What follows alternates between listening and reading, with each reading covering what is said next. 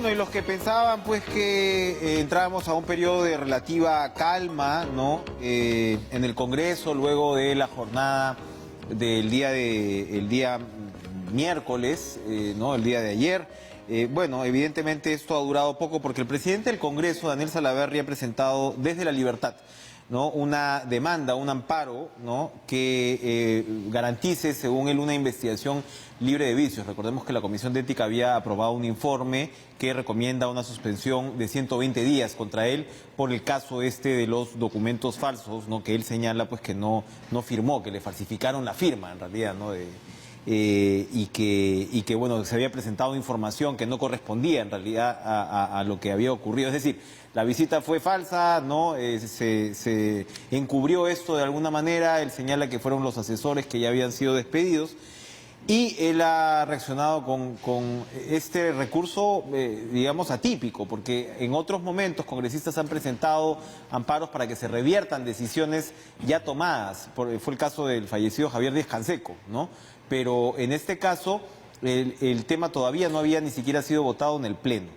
El congresista Hernando Ceballos se encuentra con nosotros, él es vicepresidente precisamente de la Comisión de Ética y conversábamos fuera de cámaras que él también se encuentra porque está nombrado cada uno de los congresistas, es decir, cada uno de los integrantes de la comisión han sido también denunciados. Congresista Ceballos, gracias por estar con nosotros. Un gusto. Bueno, ¿cómo encuentra usted este recurso que hace Salaverry, que dice que lo que ocurre pues con este caso es una venganza política en realidad? Sí. Bueno, la verdad que en el tema de la calma del Congreso, vamos de un tema a otro, Sí, ¿no? claro. Pero la verdad es que nos gustaría que no hubiera calma, pero porque el Congreso estuviera asumiendo realmente resolver una serie de Estas proyectos. son alteraciones pues que no deberían, ¿no?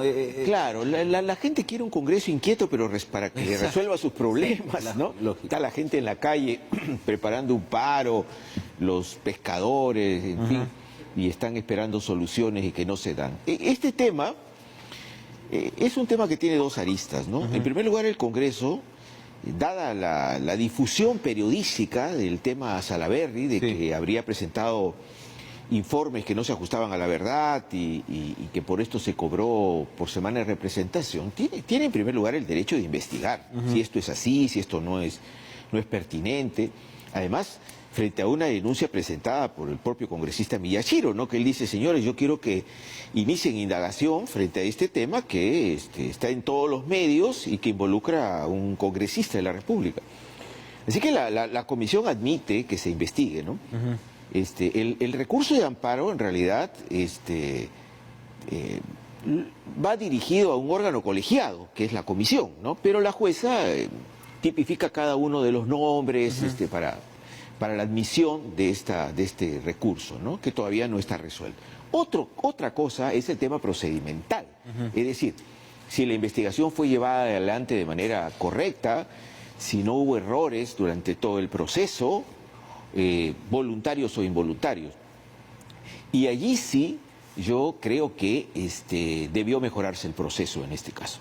En este caso, como en otros casos, ¿eh? Porque desde mi punto de vista, y esta es una opinión de mi bancada, la Comisión de Ética ha sido usada muchas veces como una especie de comisión de vendetta para resolver algunos problemas que tiene el fujimorismo y el APRA, un ajuste de cuentas, con gente que ya no está cerca a ellos o es adversario. Recuérdanos cómo fue el voto en el caso de Salaverry. En el caso final, hubo un tema inicial por el cual nos retiramos. Yo me retiré de la comisión, yo soy vicepresidente, se retiró también el secretario, se retiró también Quintanilla de Nuevo Perú, porque entendimos que hay un error de procedimiento que vulnera el reglamento del Código de Ética, que es muy claro. El congresista que presenta la denuncia no puede ser parte del proceso de investigación. Ya. Y el congresista Miyashiro fue parte del proceso de investigación.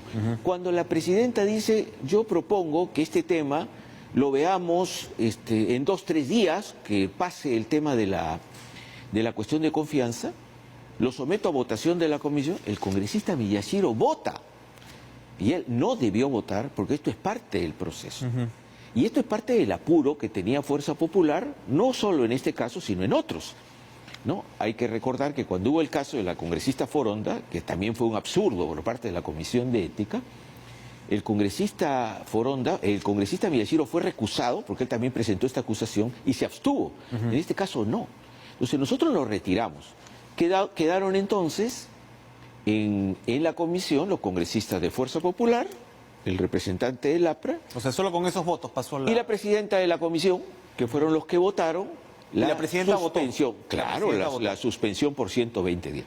Nosotros nos habíamos retirado antes porque entendíamos que el procedimiento con el cual se llevó adelante este proceso no fue el correcto.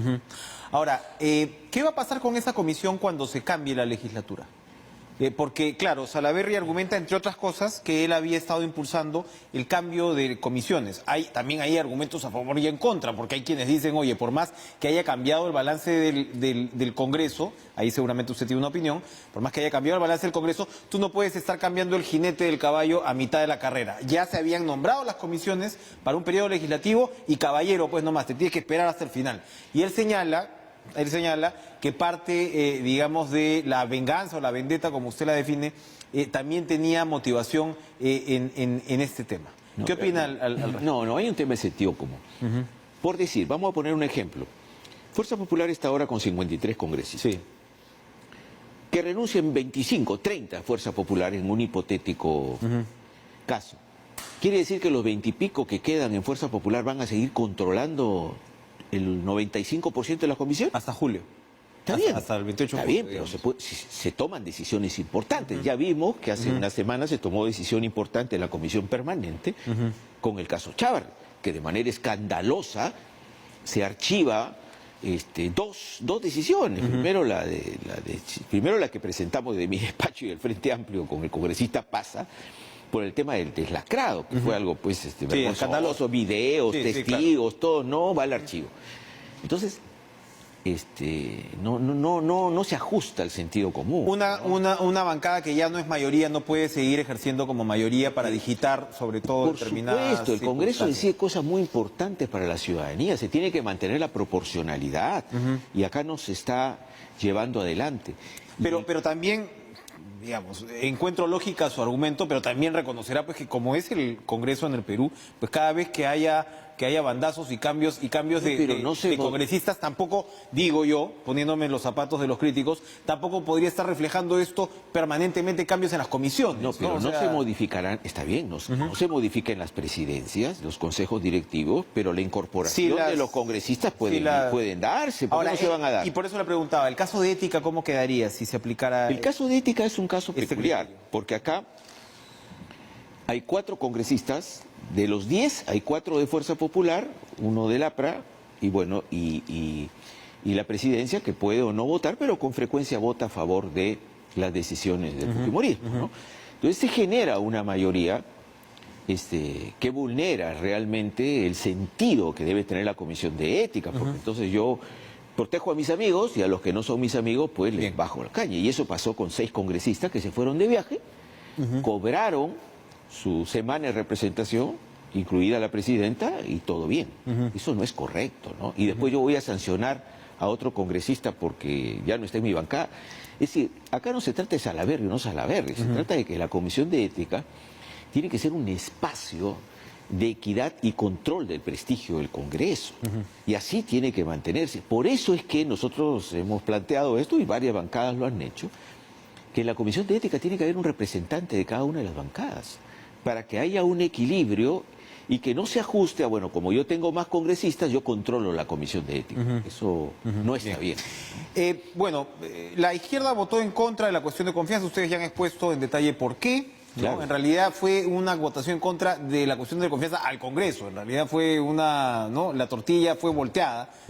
Pero yo estaba muy interesado en preguntarle, yo seguí la intervención, escuché sus intervenciones en el Parlamento, particularmente, y la de sus colegas de bancada.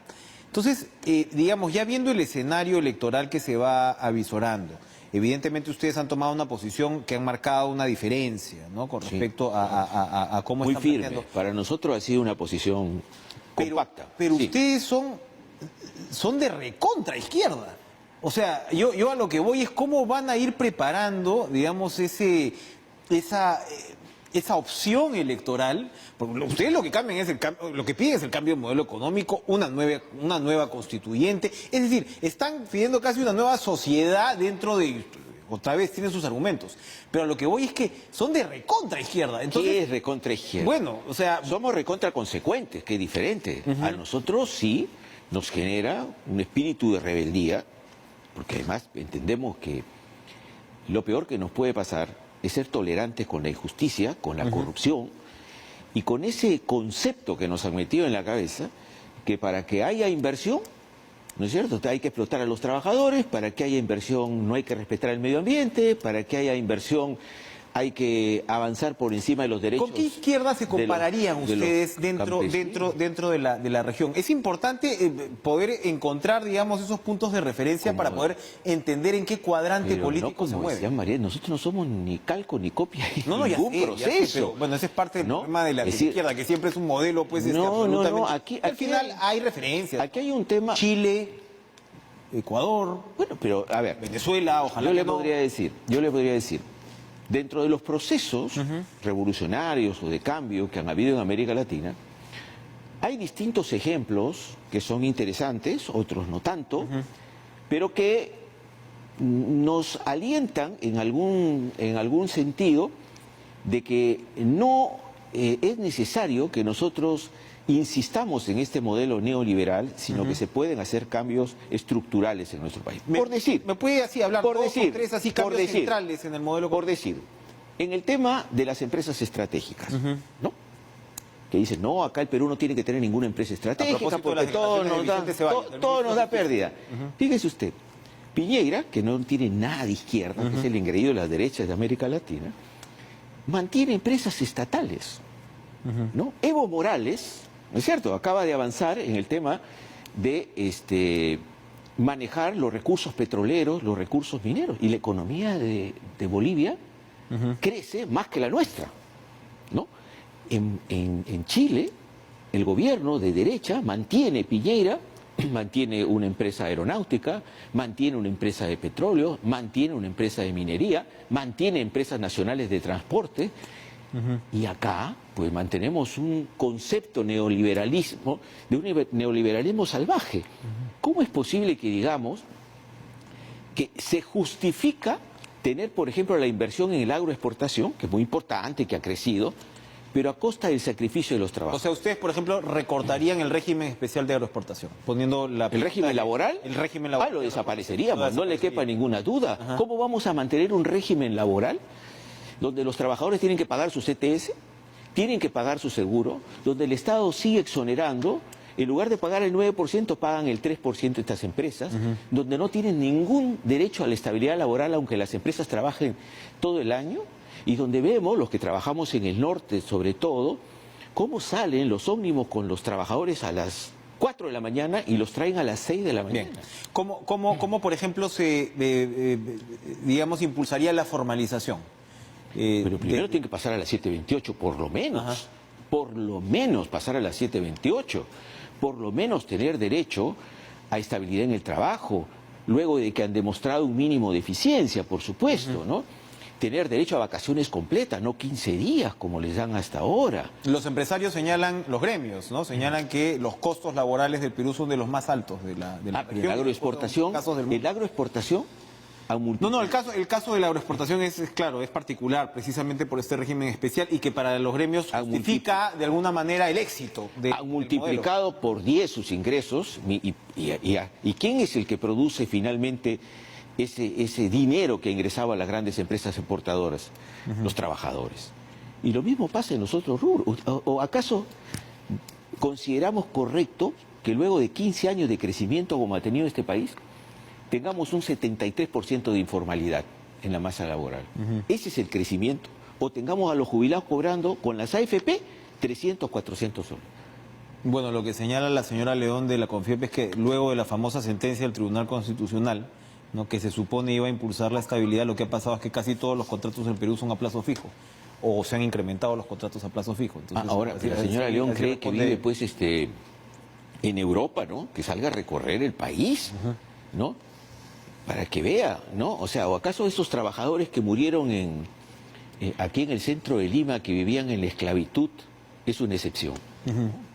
Acá veamos cuántos tienen posibilidad de sindicalizarse, cuántos tienen derecho a poder sacar un préstamo en el banco. Nos han metido en el chip en la cabeza, que la única forma de construir país es tener una relación laboral absolutamente precaria. Terminamos por favor con esta pregunta, porque precisamente los que dicen en el otro lado es la izquierda nos quiere llevar a Venezuela.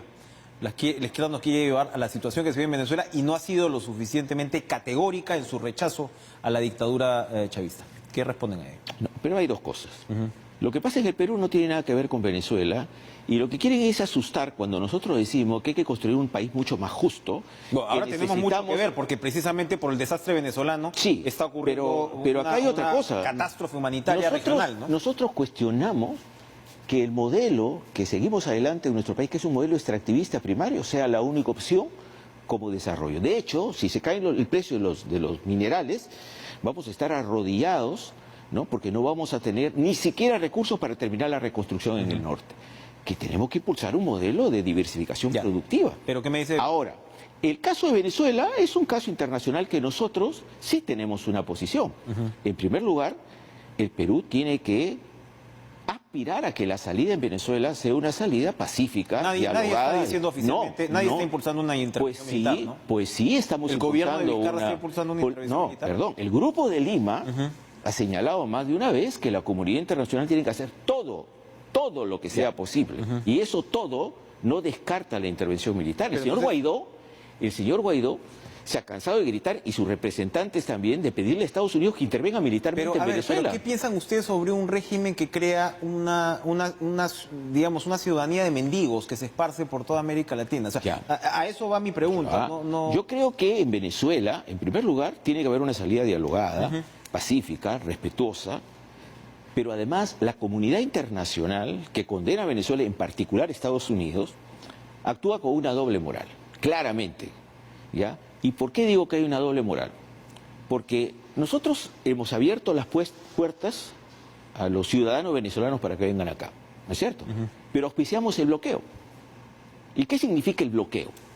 Significa que no se le puede comprar petróleo a Venezuela, significa que hay bloqueo sobre alimentos, significa que hay bloqueo sobre medicamentos, significa que hay sanciones para cualquier país que negocie con Venezuela. ¿Y eso qué genera en el interior de Venezuela?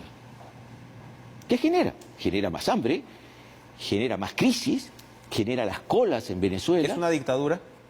No, no es una dictadura, es un gobierno que tiene un país con una profunda crisis. Eso es verdad. Pero tengamos pues una sola moral, no digamos, uy, pobrecitos los venezolanos, los traemos acá, no le damos ningún tipo de facilidades. Hasta hoy llegó, porque Vizcarra ha dicho que nadie más va a entrar sin pasaporte ni sin visa. Y porque ahora, bueno, lo hemos metido la pata, ¿no? Pero en realidad lo que debemos... ¿Cómo haber metido la pata si es una tragedia la que vive precisamente por el desastre económico chavista? El bloqueo al que usted se refiere llega después, ¿no? Pero no hicimos nada de la doble moral norteamericana, porque Estados Unidos... Es problema, pues, o sea, uno le pregunta y usted, yo lo considero usted uno de los parlamentarios más articulados de la izquierda, y siempre veo... Pero el problema es que siempre uno pregunta y responde con Estados Unidos o con la doble moral, entonces... No, a ver, no, es que hay una doble moral, pues nosotros no negamos que hay una crisis en Venezuela, no negamos que hay errores económicos. No es una crisis que llegó del cielo. No, pero bueno, no es el único país que ha estado en crisis. ¿Por qué no hablamos de Haití, por ejemplo? Porque no tenemos tiempo. Yo le agradezco, congresista. Estoy seguro que vamos a seguir esta conversación que me parece muy interesante. Vamos a ir a una pausa y regresamos con más en Cara a Cara. Gracias por estar con nosotros.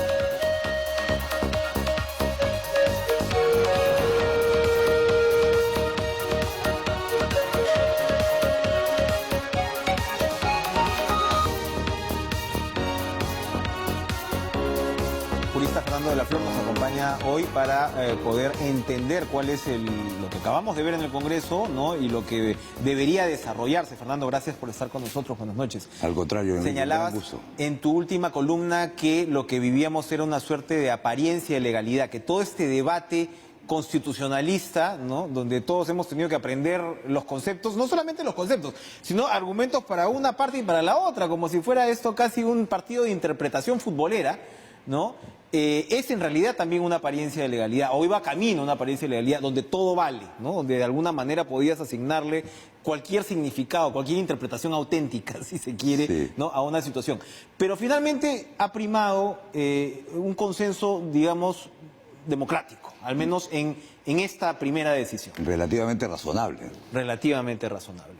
Lo que nos espera de aquí en adelante es un debate hacia la reforma política que tenga cumplimiento de esto que se ha votado, o pueden abrirse otros caminos. Ayer, por ejemplo, anoche Juan Sheput decía, oye, no, ya se le ha dado la confianza al Ejecutivo y esto de la confianza diferida ya lo tiene pues que dejar. Ahora pues te tienes que de alguna manera sentarte a negociar y aceptar lo que pueda venir, siempre con la buena fe del caso, ¿no?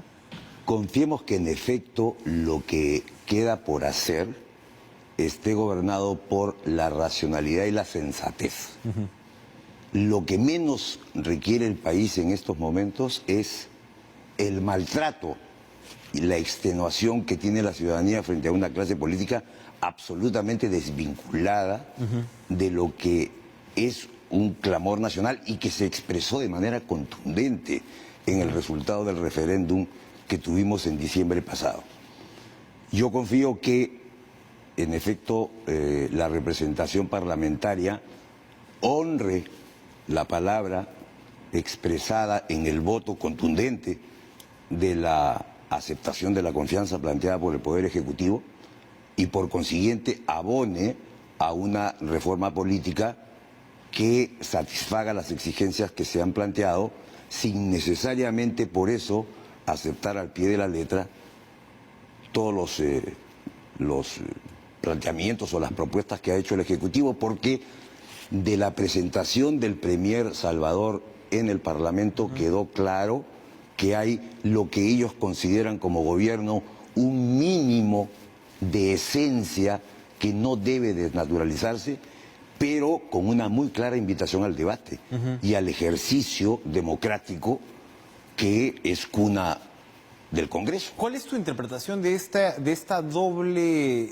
digamos, de esta doble vía que tienes, que por un lado quedó claro que el presidente tiene la atribución de presentar una reforma constitucional y por lo tanto presentar una cuestión de confianza a nombre de una reforma constitucional? Sí. Porque si no me equivoco, la cuestión de confianza no está limitada. Así es. Entonces, si hay una atribución presidencial, digamos que las dos se juntan. Sí. Pero que por el otro lado el presidente no puede observar una reforma constitucional ya culminada por el Congreso, a diferencia de otras leyes ordinarias. Así es. ¿Cómo se resuelve esa suerte de callejón de Bueno, está resuelta en la propia Constitución.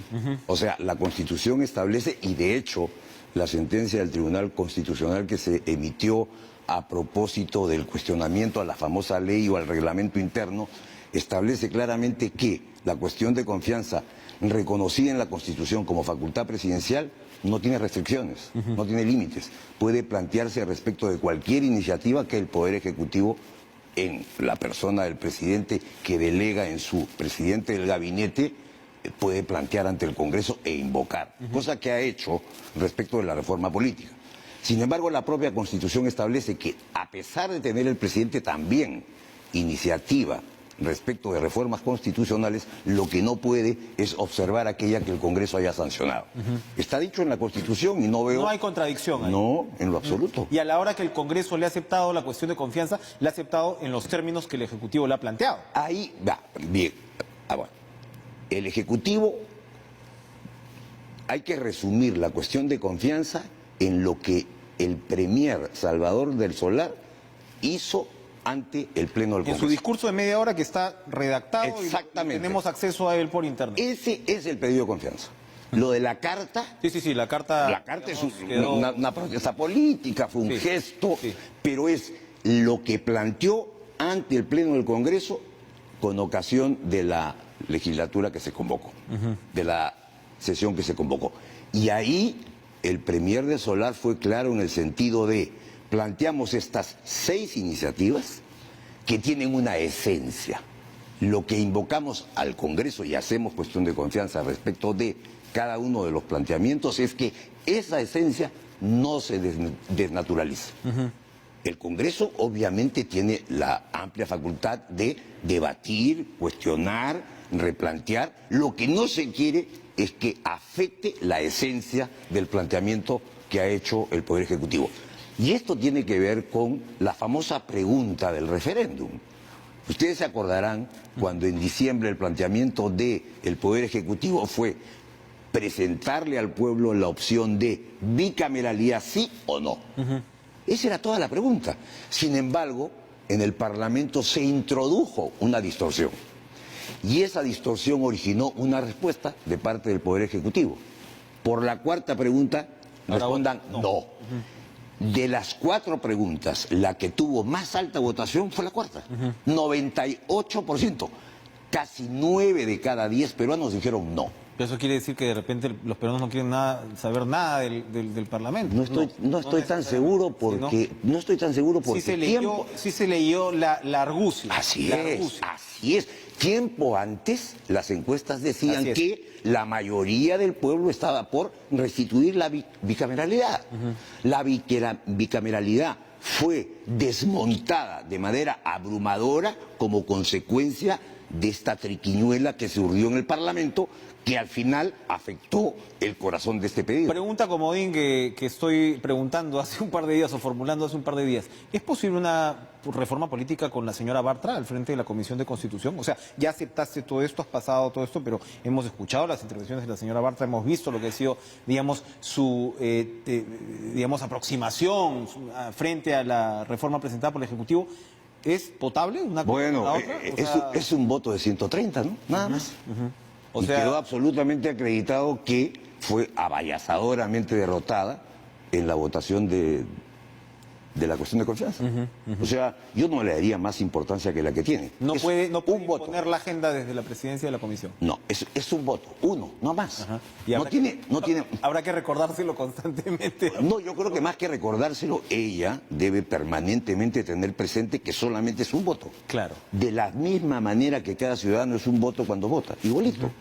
Es exactamente lo mismo. Cambiando de tema, teníamos una conversación muy animada con el congresista Ceballos sobre el tema Venezuela, ¿no? Ya. La posición de la izquierda frente a Venezuela, que bueno, eso es un aparte. Pero ahora el presidente ha anunciado una decisión muy importante, que a partir de ahora los venezolanos entran solamente, bueno, con pasaporte y con visa. Evidentemente lo que estamos viviendo pues es una tragedia humanitaria que no tiene cuándo acabar. No tiene, digamos, tampoco fecha de expiración, ya claramente el régimen de Maduro. Tú que has tenido una experiencia importante en la OEA, ¿qué se espera con respecto a la salida de Maduro? No se ve en el horizonte. Lamentablemente, yo te confieso, Enrique, tú estás haciendo las preguntas un poco a la cábala, a ver qué te contesta cada quien, pero a mí me sorprende que hasta el momento Maduro siga manteniéndose en el poder. Me sorprende. Me sorprende porque hay un pueblo absolutamente movilizado, me sorprende porque hay un escenario internacional totalmente alineado, por lo menos en lo que son los países más representativos del mundo occidental, que es donde, digámoslo, está Venezuela y se ha guiado permanentemente en términos institucionales y políticos. Lo cierto es que todavía está. Y sí, pues es una apuesta pretender decir va a caer pronto, cuando yo suponía, como muchos, que este año se inauguraría sin Maduro en el gobierno.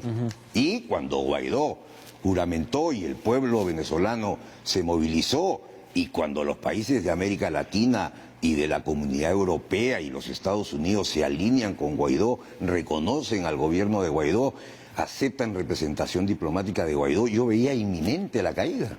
Y sin embargo está. Alguna tuerca no se ha puesto en el lugar apropiado, falta ajustar probablemente una que otra pieza y poner los, digamos, los anillos que haya que poner para que se produzca el cupo estadounidense es todavía un argumento, al parecer. Sí, pues, pero demasiadas veces se dice lo mismo y lamentablemente lo que está ocurriendo es lo que tenemos, que es que Maduro sigue en el gobierno. El pueblo venezolano lamentablemente sigue soportando también esta penuria y esta verdadera crisis sin nombre en pleno siglo XXI, ¿no? Leía una crónica muy reciente de un periodista muy bueno estadounidense que se llama John Lee Anderson, que no es exactamente pro-Trump, ni mucho menos, sobre el terreno en Caracas, habla con todos los actores y narra sus encuentros con Guaidó. Él tiene al lado un un astrónomo, un astrólogo, estos que te Guaidó. Guaidó. Ya. Bueno, como los ha tenido hasta Fujimori en Sí, su momento, ¿no? la famosa bruja de Lima. Exacto, ahí estás, ¿no? Pero me sorprendió, ¿no? Encontrar, y muy emplazada, una persona muy cercana. Entonces, claro, de todas maneras ahí ve que la oposición sigue estando pues, bien desarmadita, ¿no? En Venezuela, lamentablemente no se ha construido una coherencia política ya de muchos años atrás, ¿no? Pero Enrique, cuando Guaidó surge, un hombre de 35 años, sin antecedentes, sin trayectoria objetable, lleno de juventud, de vigor, de potencia, y un pueblo que se alinea detrás de él, y lo más importante, una comunidad internacional totalmente movilizada. Y no se Es dio. que yo me quedé, yo no sé, pero me quedé impresionado el nivel de adhesiones. Sí, claro. Y la importancia de los países que... No, declararlo como presidente, o sea, reconocerlo es como absolutamente presidente, inusual, o sea, ¿no? increíble. Y a pesar de eso, sin embargo, no cae Maduro.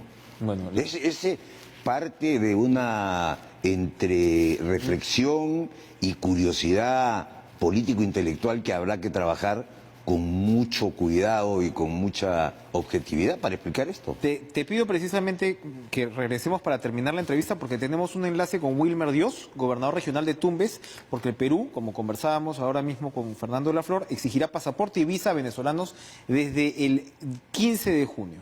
¿No? Y el flujo migratorio que hemos visto en estos días ha sido también particularmente significativo. ¿Qué nos puede comentar, gobernador, de la decisión del presidente o la decisión del gobierno anunciada hoy de un lado y de lo que se ha estado viviendo pues en la frontera norte? Buenas noches, gracias por esta llamada. Sí, buenas noches, muchas gracias por este enlace. Sí, bueno, yo creo que la decisión del presidente o del gobierno con la medida del pasaporte y visa va a ayudar a restringir en su debido momento. Sin embargo, aquí en la frontera con Tumbes y el CEBAF vamos a tener más bien un incremento más por lo que la gente migrante que está en Ecuador, que está en Colombia, van a tratar de llegar a nuestra frontera para lograr antes del 15 poder tener un acceso. Esto a nosotros estamos calculando y es por eso que yo he convocado para el día de mañana 2:30 de la tarde una reunión en el CEBAF, en la zona de frontera, con todas las instituciones que están apoyando en esta tarea, de manera tal que tener una contingencia, porque estamos convencidos que definitivamente va a haber un incremento. Si nosotros actualmente tenemos entre 1.900 y 2.000 personas en promedio que ingresan diariamente por el CEBAT a territorio peruano por Tumbes, definitivamente que en los próximos días vamos a tener un incremento mucho más grande. Entonces, por lo tanto, si bien es cierto, esta es una medida que a posterior no puede ayudar mucho, pero en estos momentos no. Por lo tanto, yo creo que sí vamos a necesitar el apoyo y implementar algunas otras medidas que permita atender a esa población migratoria. Qué complejo. Gracias, gobernador Wilmer Dios, por atendernos. Fernando de la Flor, ¿es acertada la decisión del gobierno? Bueno, estamos hablando de 2.000 personas al día. La última cifra oficial era como de 735.000. Vamos a pasar el millón facilito, ¿no? Seguramente de aquí al 15 de junio. ¿Era lo que tocaba hacer? parecería, ¿no? Parecería que la circunstancia nos ha empujado a una decisión que hubiésemos querido evitar en tanto que el desenlace previsible se hubiese producido, pero lamentablemente no se ha producido y sí, pues hay que tomar medidas frente a una avalancha, a una vorágine de gente que viene con ganas de, obviamente, desarrollar aquello que en su país lamentablemente no puede, ¿no? Y ya se ve pues una cantidad de gente realmente en condiciones terribles. Sí, no, es que increíble. Realmente la crisis y el fenómeno de Venezuela no tiene nombre y debe ser materia de una profunda investigación desde todo punto de vista, sociológico, antropológico, político, emotivo. Efectivamente. ¿No? O sea, es una cosa dantesca, francamente, lo que está ocurriendo y vuelvo a decirlo, no hay necesariamente la salida previsible con una estimación de un plazo razonable, ¿no? Terrible. Muchas gracias, Fernando. Al contrario, Enrique, por un gran gusto. visitarnos esta noche. Vamos a ir a una pausa y regresamos con el congresista Jorge Meléndez de Peruanos por el Cambio.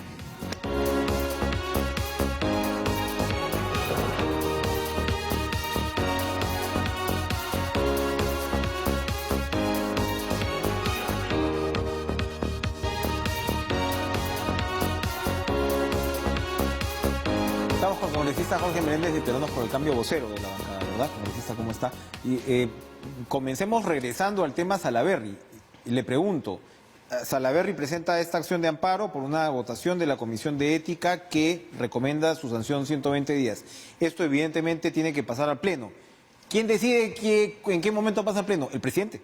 O sea, él.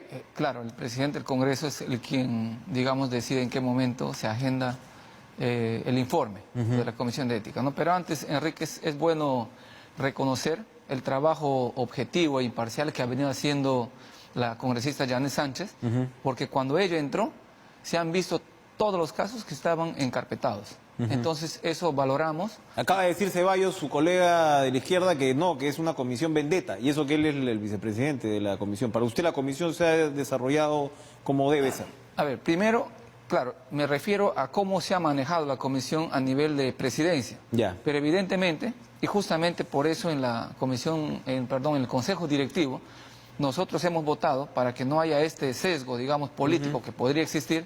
Hemos votado para que cada bancada solamente tenga un representante y no tengan, digamos, de forma proporcional, porque esto puede ser una herramienta política para oprimir a los opositores, digamos, ¿no? Como hemos visto en los otros periodos cuando han conducido otros colegas.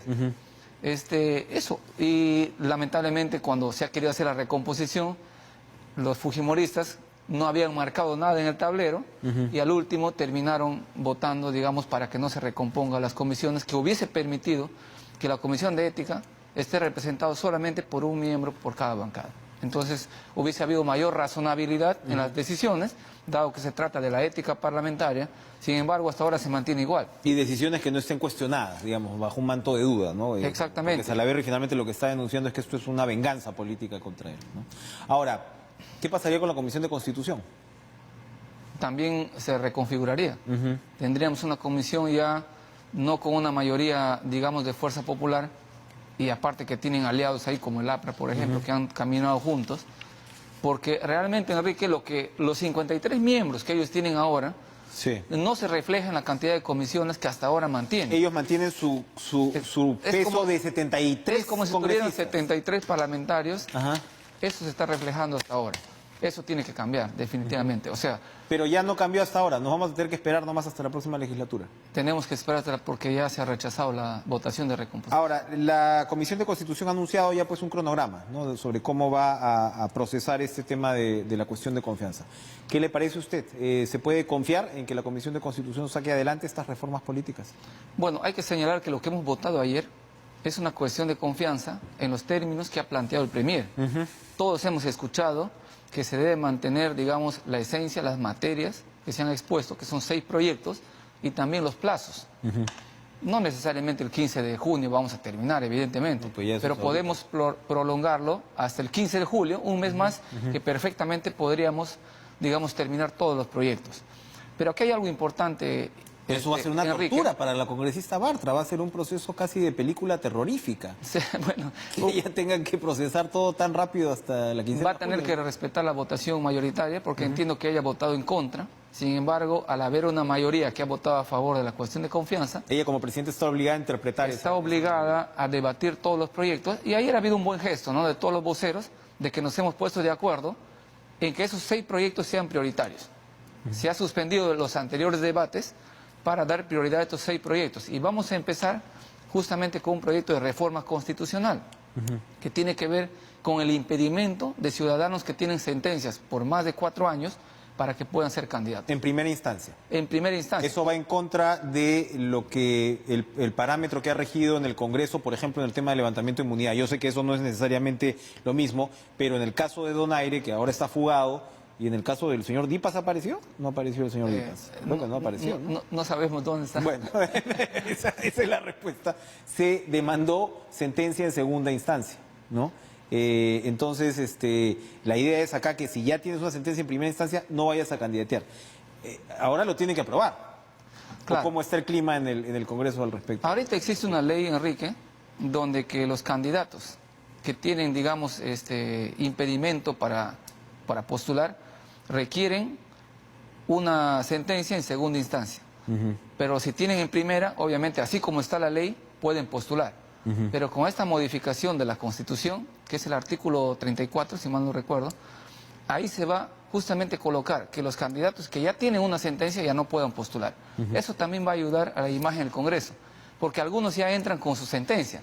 Son candidatos, ganan, y durante su periodo de Congreso, claro, en el Congreso, sale la sentencia en segunda instancia.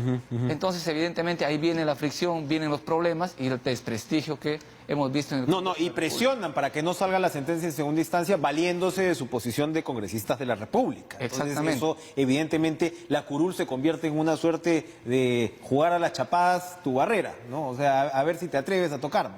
También, ¿no? Se juega y la inmunidad un tema de presión. Se convierte en una especie de incentivo para algunos que intentan protegerse la justicia, ¿no? Como en primera instancia pueden postular, da lo mismo, postulan, ganan y se protegen con este manto de inmunidad que no debería ser, digamos, visto como una impunidad, sino como un mecanismo que realmente proteja a los parlamentarios para que hagan su trabajo de fiscalización. Y el Ejecutivo lo que ha planteado no es la eliminación de la inmunidad, lo que ha planteado es que otra instancia, fuera del Congreso, vea el levantamiento. Pero ya se ha definido cuál es esa instancia, porque se dijo en un momento que se iba a presentar un proyecto como tal.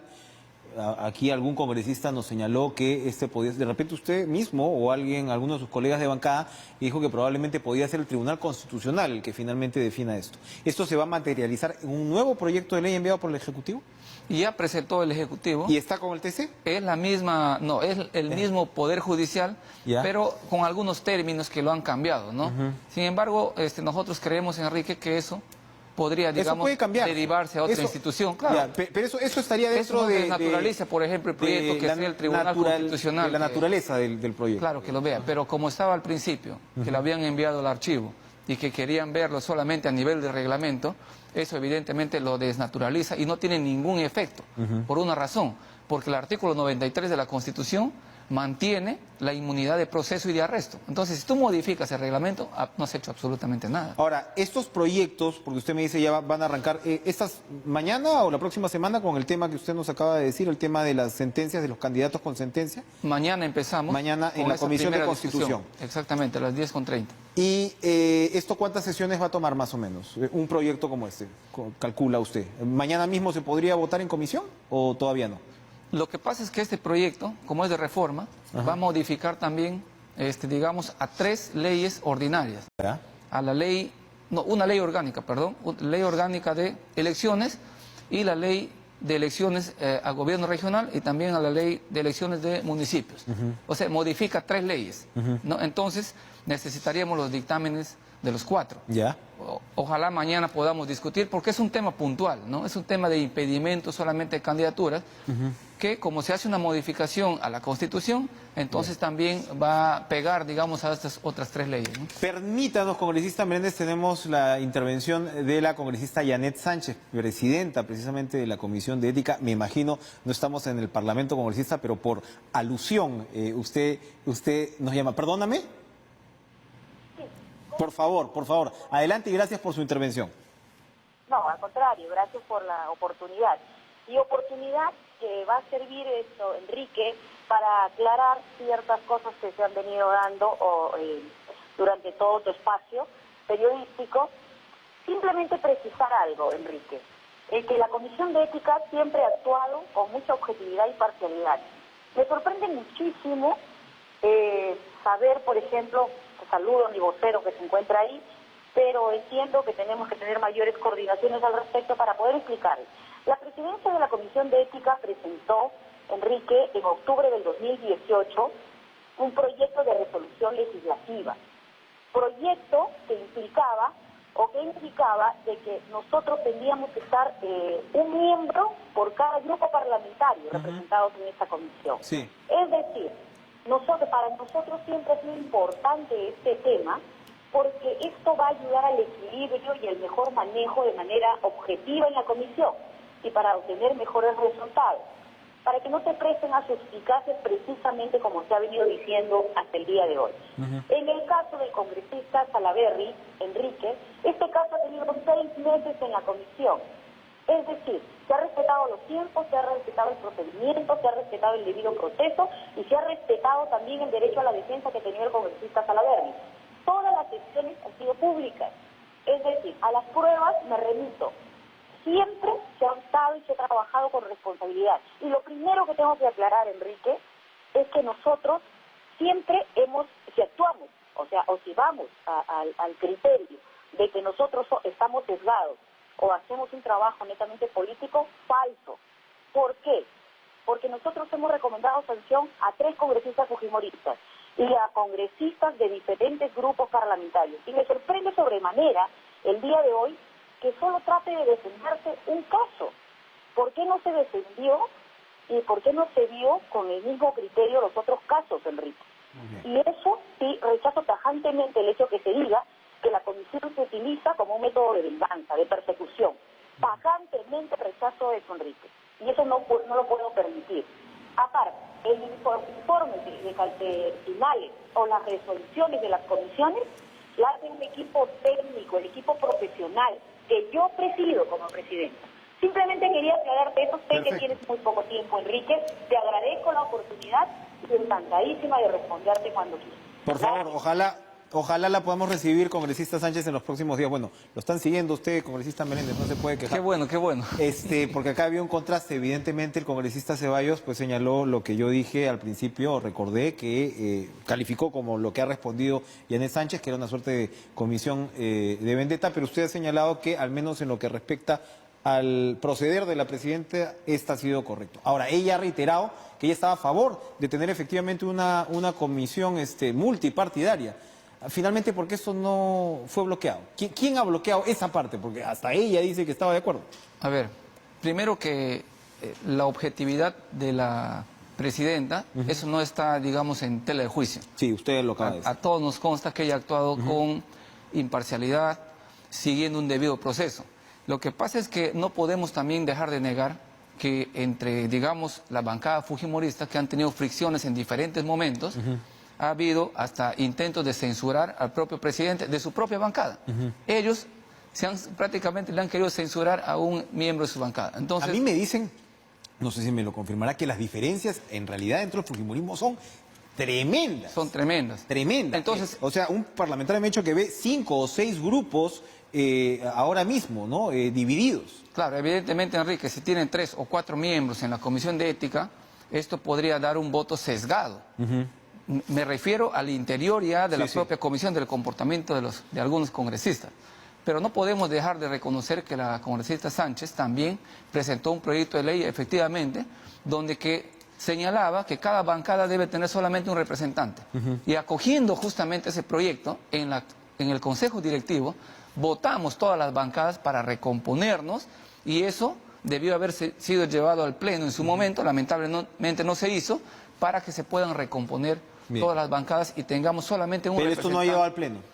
Llegó al Pleno, pero lo rechazaron. Esto debió haberse hecho ya con mucha anterioridad, pero lamentablemente recién en el último Pleno se intentó recomponer. En el último Pleno, ya. Sí, y no se logró. Bueno, el Pleno de las comisiones. O sea, a eso se refiere, a la propuesta para reorganizar las comisiones. Era para reorganizar comisiones. Pero acá usted me está hablando de otro tema, que es el tema particular de la Comisión de Constitución, que es el proyecto de ley al que se acaba de referir Yanet Sánchez. ¿Estaba dentro de ese paquete? No, Yanet se refería a la Comisión de Ética. Perdóneme, Comisión de Ética.